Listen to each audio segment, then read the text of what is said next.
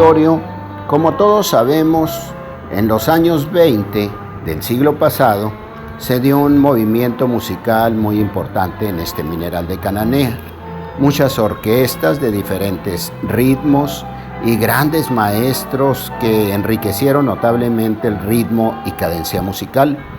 Uno de estos últimos fue el profesor José G. Gaitán, que falleció en mayo de 1931, pero qué mejor que el maestro Alfonso Torúa Cienfuegos nos comente algo al respecto. Buenos días, maestro. Muy buenos días, José, y muy buenos días a la mesa. Pues fíjate que sí, José, como tú lo decías ahí, un gran músico que dejó una gran trayectoria, y que en El Intruso de 1931 aparecía la esquela de la muerte de este personaje, que nos decía que en Brawley, California, le había ocurrido un accidente cuando un automovilista lo atropelló, y lo más lamentable del asunto era que el conductor del automóvil pues andaba en estado de embriaguez, ¿verdad? Como todos sabemos, pues este maestro convivió mucho tiempo en Cananea, tú lo decías, en los años 20. A él le tocó ser pues maestro de muchos jóvenes aficionados a la música. Entre ellos, por ejemplo, nada más ni nada menos que Luisito Mendoza, que no solamente fue su alumno, sino que fue integrante de las bandas que formó Gaitán, que amenizaban muchas fiestas, ¿verdad? Muchos convivios, etcétera.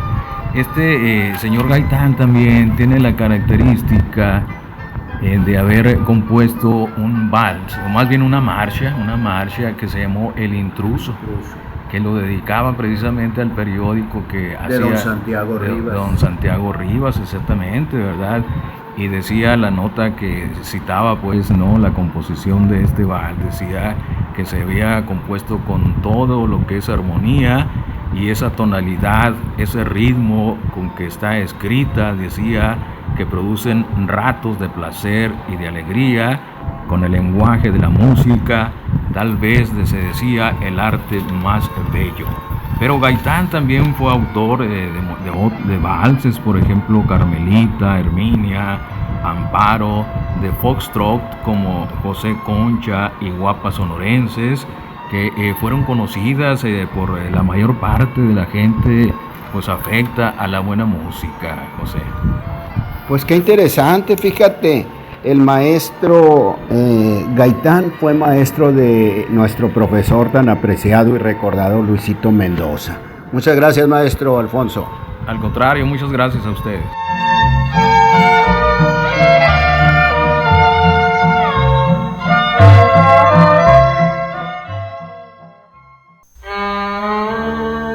Buenos días, amigos. Muchas cosas se han dicho de Eduardo C. Gulliver, que fue un excelente maestro de música que tuvo su orquesta y su academia de música a la que asistían decenas de jóvenes que salieron como grandes artistas. Pero poco o nada sabemos que este gran maestro también incursionó en la industria cinematográfica. Y para ilustrarnos con los resultados de su investigación acerca de este maestro que conocimos de músico, el catedrático universitario Alfonso Torúa Cienfuegos nos trae esta novedosa información. A ver, maestro. Sí, muy buenos días, José, muy buenos días a todo el auditorio en Cananea, Sonora, Tierra Santa, José.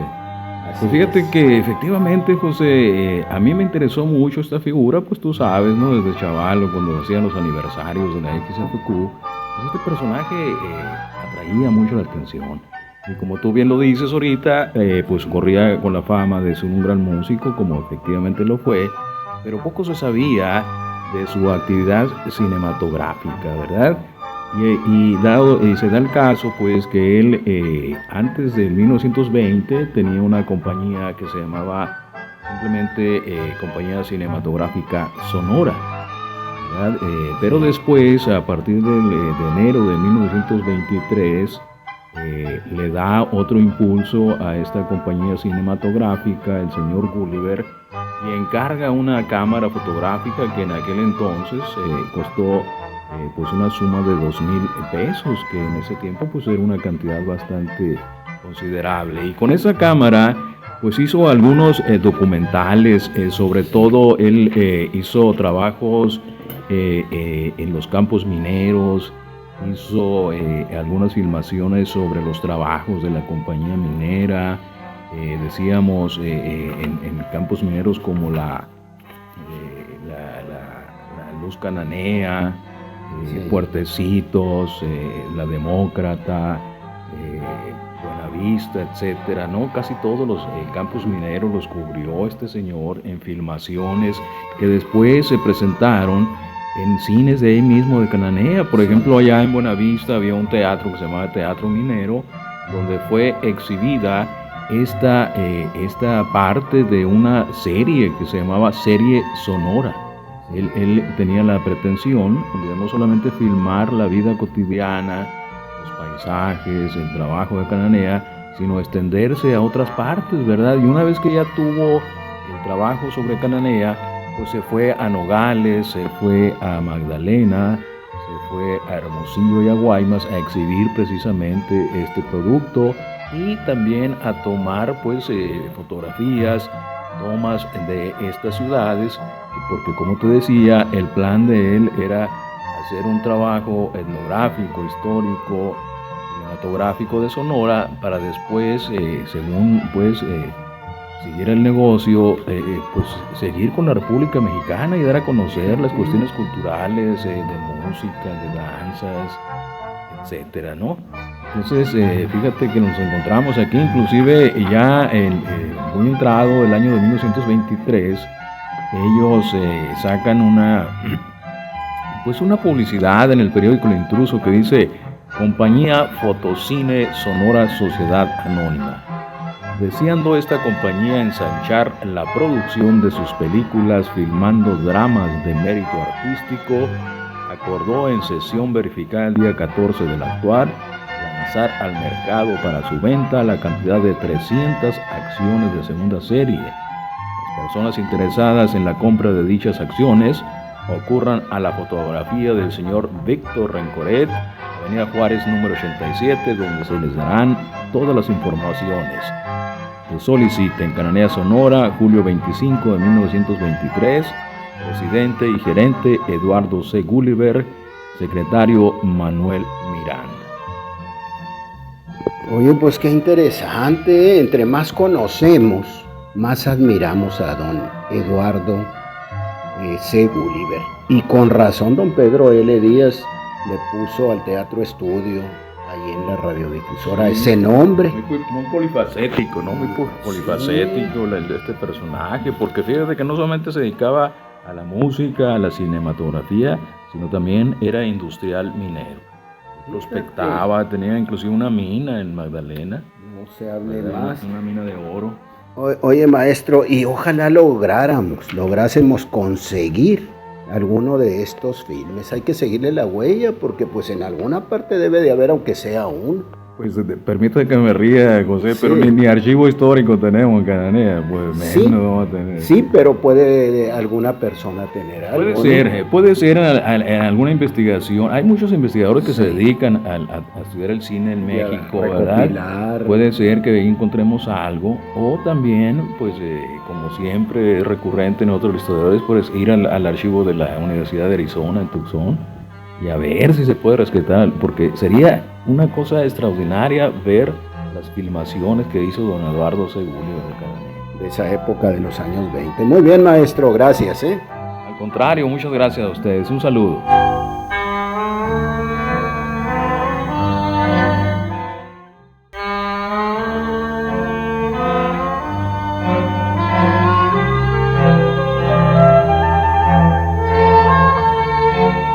Seguimos en el programa, aquí con el maestro Alfonso Torúa Cienfuegos, un cananense radicado en Hermosillo, y en esta ocasión nos narra un pequeño relato de un personaje que vivió en la segunda década del siglo XX en Cananea. Muy buenos días, José, muy buenos días a los amigos ahí en la mesa y pues obviamente al público radio escucha. Pues sí, hoy vamos a hablar de este personaje que, como tú lo decías, poco conocido. Yo verdaderamente pues confieso la ignorancia, pero al leer el periódico El Intruso, pues me interesé mucho por este personaje. Se llama Alfonso Guerra. Alfonso Guerra publicaba un periódico allá por el año 1918, 1919, en Cananea, que se llamaba El Cananense, y era un periódico que tenía mucha influencia socialista, de tal manera que era un periódico que apoyaba mucho los movimientos de los trabajadores, de los obreros. Pero bueno, pues emigró de ahí este personaje, Alfonso Guerra, y después estuvo en el servicio exterior mexicano. Estuvo en Berna, Suiza, por ejemplo, como agregado. Estuvo en Hamburgo, Alemania, y después fue cónsul mexicano en Alemania, en Berlín. Y una de las cosas que me llamó mucho la atención a mí es que Alfonso Guerra, por lo que se ve, por lo que he leído sus artículos, era una persona con mucha visión ideológica y política, porque él fue de los primeros, yo creo que en el mundo, que se dio cuenta del desastre con el experimento bolchevique en la Unión Soviética. Él se dio cuenta inmediatamente que no tenía nada de socialismo y que no tardaban, decía él, en iniciar una purga, una represión terrible como se dio, ¿verdad? Donde murieron más de 10 millones de individuos que de alguna manera algunos están relacionados con el Partido Comunista, otros anarquistas, pero todas gentes de la oposición. Y este señor Guerra, te digo, se dio cuenta inmediatamente de lo que se estaba llevando a cabo ahí, ¿verdad? Y esto pues nos habla de, como decía ahorita, de la calidad intelectual de este individuo que, como te digo, tuvo su gran participación ahí en Cananea, y hay que seguir la huella, ¿verdad? Hay que investigar más sobre este, a mis ojos, interesantísimo personaje. Que era muy amigo de don Santiago Rivas, ¿no? Así es, fíjate, era muy amigo de Santiago Rivas, por tal motivo él le publicaba todos los artículos que le mandaba, tanto cuando estuvo en Berna, Suiza, como cuando estuvo en Alemania. Interesante, amigos, y me llama la atención pues esta persona tan preparada que vivió de cerca cómo era la realidad del socialismo en la Unión Soviética. Muchas gracias, Alfonso, maestro, un gusto saludarte. Al contrario, muchas gracias, un saludo para todos.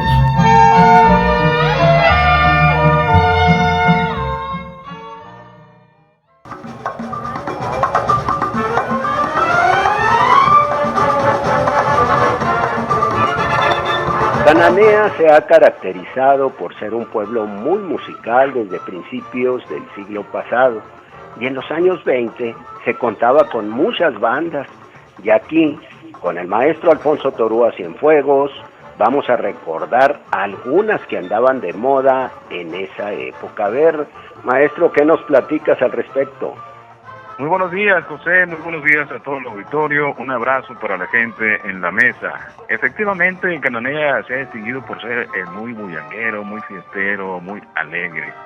Y como tú lo decías muy bien, había muchas bandas en los años 20. Vamos a mencionar algunas de ellas. Por ejemplo, los Mosqueteros, que en el periódico se anunciaban como los Mosqueteros, extenso repertorio de música moderna, música para baile y serenatas, precios equitativos, siempre a disposición de sus numerosos clientes día y noche.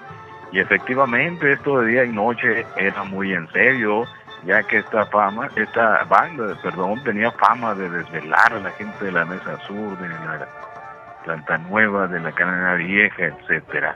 Había otra orquesta que se llamaba Orquesta Cananense, o la banda Mineros de Buenavista, cuyo director era José Carranza, y también Luis Mendoza, allá por el año de 1930. También existía la banda de obreros Aquiles Cerdán, dirigidas por Ramón Ruiz, instruidas por el gran músico Eduardo C. Gulliver.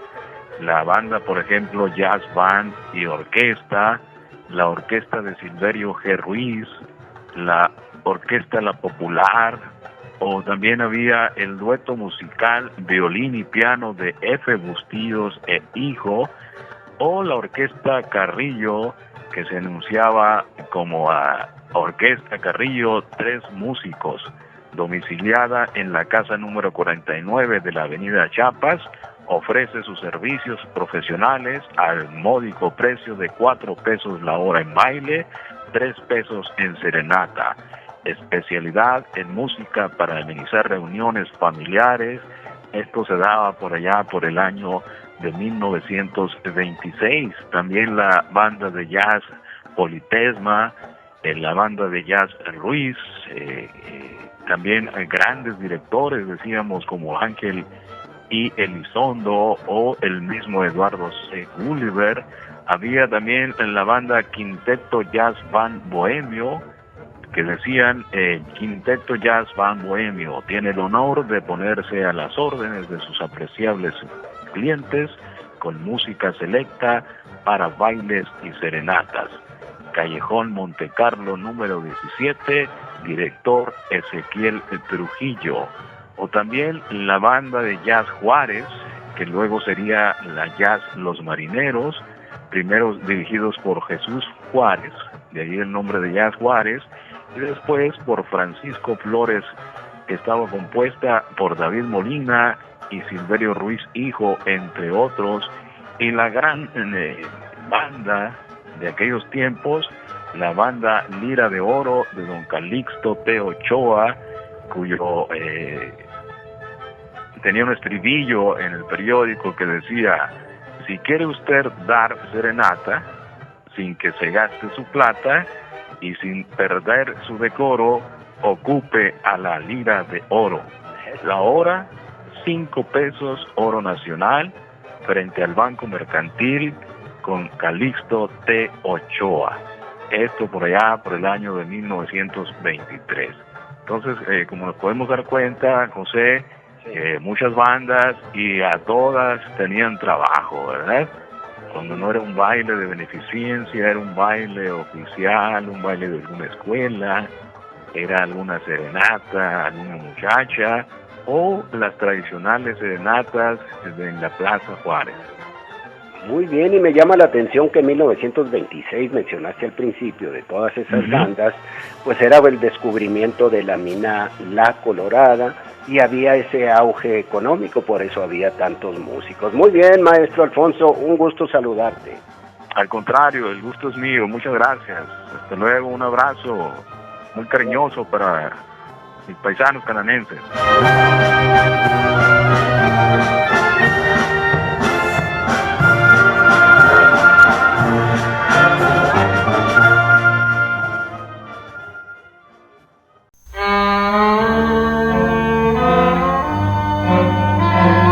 Y pues ahora vamos a tratar sobre un maestro muy conocido aquí por muchas generaciones. Lo tratamos como maestro de música, como compañero de Popo Nemer, lo recuerdo desde la primaria, en la secundaria también, la carrilla en la radio, en la FQ, la carrilla que le daba Johnny Charrascas, una persona muy apreciada, así como su familia, los Mendozas, el maestro Manuel Mendoza, también hermano de él. Pero qué mejor que aquí con el maestro Alfonso Torúa Cienfuegos, catedrático de la UES, Universidad Estatal de Sonora, para que nos ilustre sobre el profesor Luisito Mendoza a principios de los años 30. Muy bien, José, muy buenos días a todo el auditorio de Barrio Viejo y por supuesto a mis amigos ahí en la mesa de trabajo. Pues más que hacer una reseña biográfica o lo que se la merece don Luisito, ¿verdad? Vamos a hablar ahora, José, de un estreno de una marcha que él hizo, como buen músico que era, ¿verdad? Y esto con motivo del Carnaval de Cananea de 1930. Y ahí, como decíamos, se estrenó una marcha. Él participaba en una banda que se llamaba Jazz Juárez, ¿verdad? Vamos a leer la nota. Decía: se estrenó una marcha. El Jazz Juárez, del que es miembro el señor Luis Mendoza, estrenó el domingo en la noche, en el baile de carnaval verificado en el Salón de la Sociedad Mutualista Obreros Aquiles Cerdán, una marcha que lleva por título María Estéfana I, escrita por el señor Mendoza y dedicada a Su Majestad la Reina de las Fiestas que acaban de terminar, cuya producción musical es de mérito artístico y por lo tanto fue muy bien recibida y aplaudida por la numerosa concurrencia que asistió a dicho baile.